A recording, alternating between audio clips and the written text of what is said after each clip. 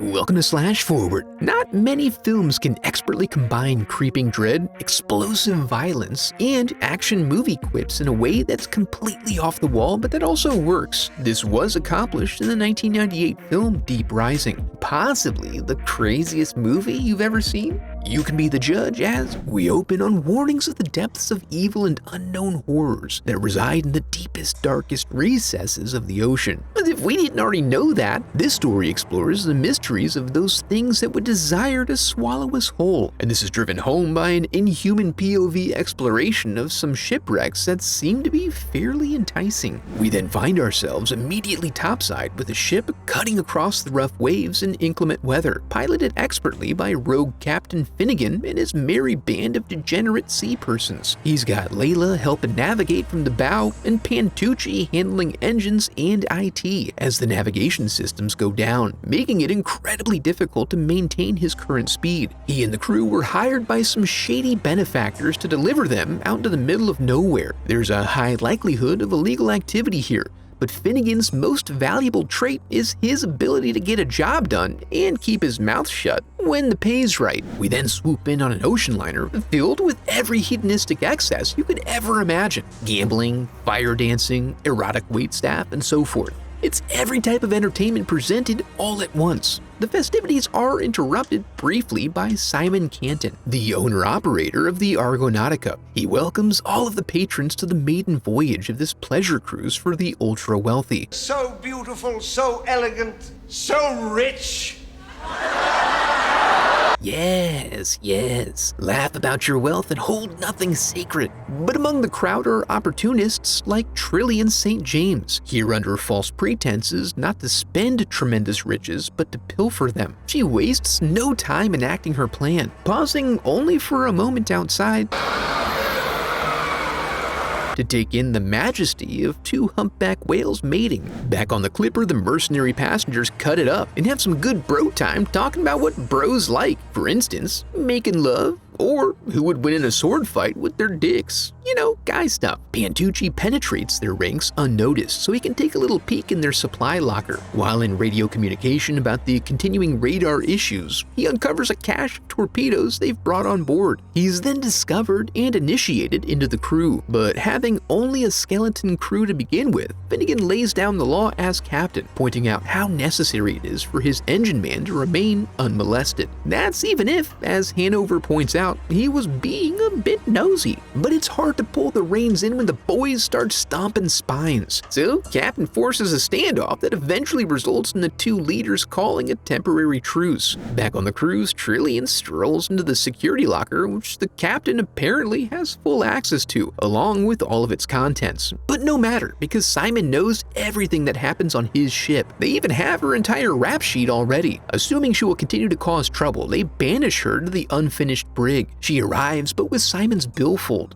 Luckily for her, there is an abundance of rations to keep her energized throughout her trip. On the Hercules, Pantucci's getting raw-dogged in the face while the whole cabin bounces. The gang tries to sort out what's up with all those torpedoes he found. Speaking of which, Mulligan is busy at work arming them, which requires him to give her a little sugar to get her going. And in the main barracks, Hanover introduces them to some bitchin' firepower. On the bridge of the Argonautica, a shady gentleman is busy uploading the firmware via the mainframe CD-ROM interface, but appears to have used a corrupted file. This produces an impossible result, the complete failure of all the ship's systems. Luckily, the sonar system was analog, so it was unaffected and is being put to good use, picking up something huge approaching them from below. As its proximity is counted down, they all brace themselves. When distance hits zero, they suffer a significant seismic event that rocks the whole ship terribly. Luckily, it only shaves off 5 to 7% of their customer base, which is still within allowable parameters per the service department. Once everyone gets their wits about them, they immediately stampede like wild beasts. The danger is still unknown, but we do observe a woman duck away into the head land and eventually suffer a fate we all secretly fear. The boys are 22 minutes out from their destination, and they are installing an on-deck torpedo launcher. This falls outside the gentleman's agreement Finnegan made with them, but they're unable to sort it out before coming across an abandoned life raft, which is catastrophic at full speed. Finnegan shuts her down to prevent further damage and to give them a chance to triage repair needs. At the present moment, however, Hercules appears to be dead in the water. Layla then lays eyes on something in the distance that Pantucci zooms in on to reveal the ocean liner we've come to be familiar with. They think this is the perfect opportunity to collect some much-needed materials. However, the Mercs take over as this was their destination. Tooch and Finney are to accompany Hanover in the away party, while Layla works on repairs under supervision. They leverage their super advanced military boy tech to gain access and climb aboard. Then they go pounding down the halls, balls slapping their thighs, guns throbbing in their hands as they grip them tighter and tighter, and they explode into the atrium to show these civilians who's boss. Except the room is totally vacant, other than for the blood pooling all over. When the elevator comes to life, they wait with bated breath, only to find out that they were indeed baited. It's so strange. The life rafts are still here, but no matter how ready they are to boot stomp someone, they don't find any people. But this is a mystery for another day, as they're here for the vault, so they split up and enact the plan. Then we see that Trillian has managed to survive in isolation and is now waking up from her food coma. Deciding it would be best to not be imprisoned, she bridges a couple of hot points and earns her release. Back on the Hercules, Layla's hard at work closing up the hole when she begins to hear strange noises. After assessing that it must be coming from her captor, she returns to heating up this one steel plate. But then a grody old man enters her hole. It's quite distressing, and so she fails to observe a present danger and is dragged into the water. Old Billy thinks she must be fooling around instead of working, so he heads down there to practice his leadership skills. But his fate, for now, is left to our imaginations. The Alpha team arrives on the bridge where they continue to find no one, while the others have reached the engine room to find supplies. They continue to attempt to make sense of what might have happened and also learn each other's communication styles, so they can more intimately relate to one another. T-Ray hears a strange noise and decides to go off looking for something he can shoot. He wanders the halls, completely distracted by the thought of how badass he must look right now, although the feeling is somewhat diminished when he's ambushed by some tubing. Despite an elevated awareness after this false alarm, he still gets snatched up by an unknown entity, and the walls are pasted with his insides. Mamuli isn't sure if this is a joke or who is to blame for it until stuff starts shaking. Trillian shows back up in the vault room, which is where the Mercs are going. She gets cheeky with Hanover, so he puts her up against the wall. This provides just enough distraction so that when Vivo keycards in, he doesn't catch Simon before getting his wig split. Then, after a casual retaliatory civilian execution, finally open a dialogue. Unfortunately, all Simon can do is sputter about things and whatnot. This actually coincides with reports from Mamuli, who's still somehow incredulous about the presence of unspecified things in the water. But then something drags him all over the place before turning him into a pink mist. I guess he believes now. The resulting gunfire prompts the men to run and take a look. Whatever it is, it's still being shy. But if they happen to run along a conveniently engineered walkway, they may be able to confirm its advance. Trillian slips away in the confusion and dashes to the elevator, where she runs into the good boys, only pausing momentarily so she and Finnegan can soak each other in. There's a noise on the roof, but they're busted in upon by the Mercs, who take custody of their weapons. Still sensitive about their dead compadres, Mulligan attempts to get even and suffers a ruptured ball sack instead. Hanover begins to entertain the idea that something may be fishy about this situation, which is confirmed when the elevator lets go, plunging them into the sub-basement, a 12-story freefall that they all survive. But they emerge into a blood-soaked hallway filled with mostly digested corpses, and if you thought that was bad, the ship starts breathing. Hanover now adopts a more open weapons policy, as it is becoming clear that he will need all the help he can get. There are a few moments of quiet that then explode into violence as they are chased back to the shaft. They exit the other side of the service elevator and wind up in the locker room. Finnegan very sharply makes Simon his Hanover's inside accomplice and presses for a solution to the disabled communication systems. But they're totally melted, so there will be no calls for help. But why, you may wonder? Well, you have no idea, but it's just the overhead. On a ship of this size, he needed an out, and he was paying for insurance, so they owed him.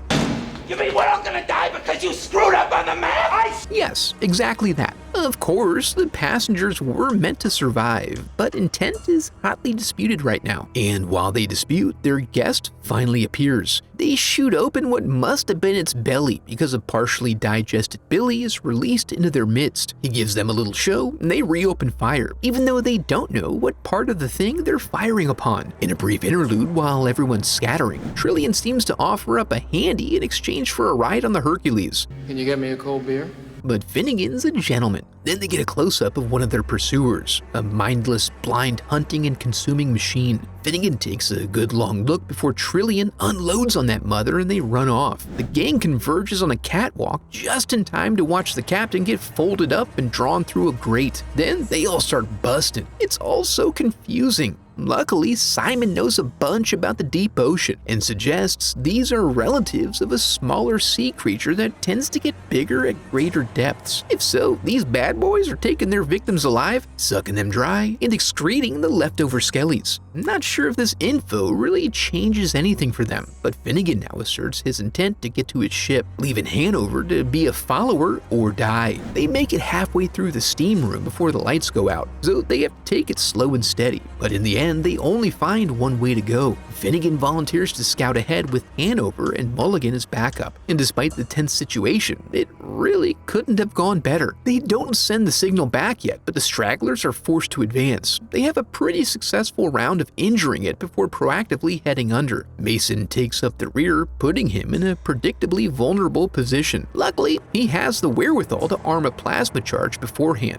and they lament the loss of their friend. They consider locking down in the galley until the inevitable search party arrives in a few days. Finnegan is a die-trying kind of person, but Mulligan is a with me or against me kind of lad. He's even willing to face down his own boss, the most important person in a man's life. Taking a different approach, Finnegan tells a story about an octopus and a bottle that had a fish in it, and the octopus opened the bottle. You see? Afterward, Trillian takes a crack at reasoning with him as if Finn didn't just tell his legendary bottle story. Just in case anyone doubted the metaphor, the octopus finds its way in, but they let it dawn on him slowly since he needs to learn the lesson most. He then successfully drives it back, resulting in him getting unnecessarily cocky, resulting in his untimely digestion. They continue to try to find a pathway out, but these things keep on hatching on them and forcing them inward and leaving them to wonder what's up with that. Simon, knowing the layout, has his moment of heroism but blows it by sending them in the wrong direction so he can escape on his own. While they lay down a distraction in the mortuary, they stand in disbelief for a period of time before a fresh hole breach sends them scurrying down the halls in different directions, trying to outrun the floodwaters. Somewhere in this whole process, Tooch has taken on voice inflections that have made him too annoying to live. Feed him!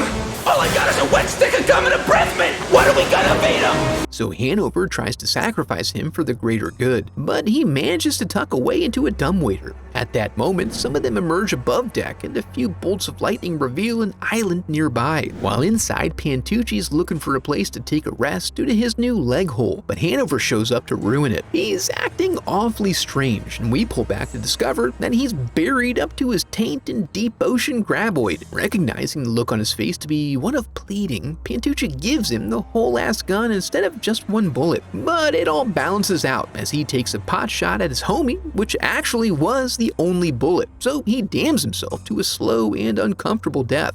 Back on the Hercules, the plan is put into motion. Trillian is to go acquire an emergency jet ski. Finnegan gently caresses the torpedo they intend to use, and after Pantucci pops back up, he is tasked with trying to get something going in the engine room, despite the terrible news that there's no sign of Layla on board. In the bay, Trillian finds the keys but is confronted by Simon, who's still greedy for a solo escape. He chases her down a hall while firing flares at her. The boys see the light put off by the flares and go in after her to find out what's up. Simon does manage to circle around and capture Trillian. Since the gig is up, she coughs up the keys. But now Simon is feeling kind of curious about murder. Despite their closeness, Finnegan busts in and blasts away. Luckily, he has his gun set to auto-miss, as he just wants to scare him a little. Everything explodes around them as they stand in awe of the awesome power of the central torso portion of this large creature. But the gawking results in Finnegan getting snatched up before they can escape. Luckily, the thing wants to take a little peek at its prize. What are you looking at? Giving Finn a chance to pop that sucker's eye open, allowing them to escape.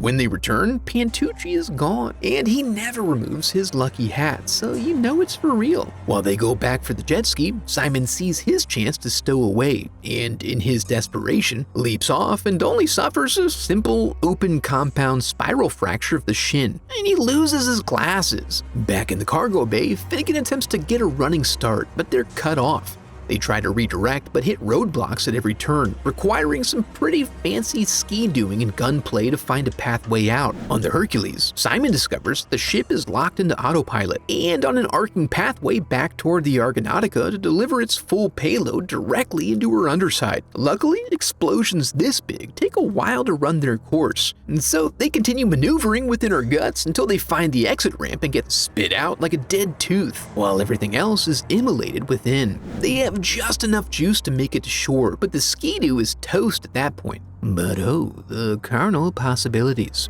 Until Pantucci floats in on a surfboard alive and mostly well. The road ahead is uncertain, but they laugh in relief due to their good fortune. Yes, the deep ocean is more strange than outer space, and best left to wallow in its darkness. Now, there are two movies that perfectly align with the themes of this one. For intensely horrifying sea culture with forbidden lust and a man's face getting peeled right off his head, check this out. For more ocean liners occupied by unspeakable horrors resulting in mass slaughter, this is where you want to go. Now that we're here, I want to congratulate you for making it to the end of the video and affirm that you are a very special person because of it. And if you enjoyed the video, I would love for you to become a part of the channel by subscribing. Thanks for watching.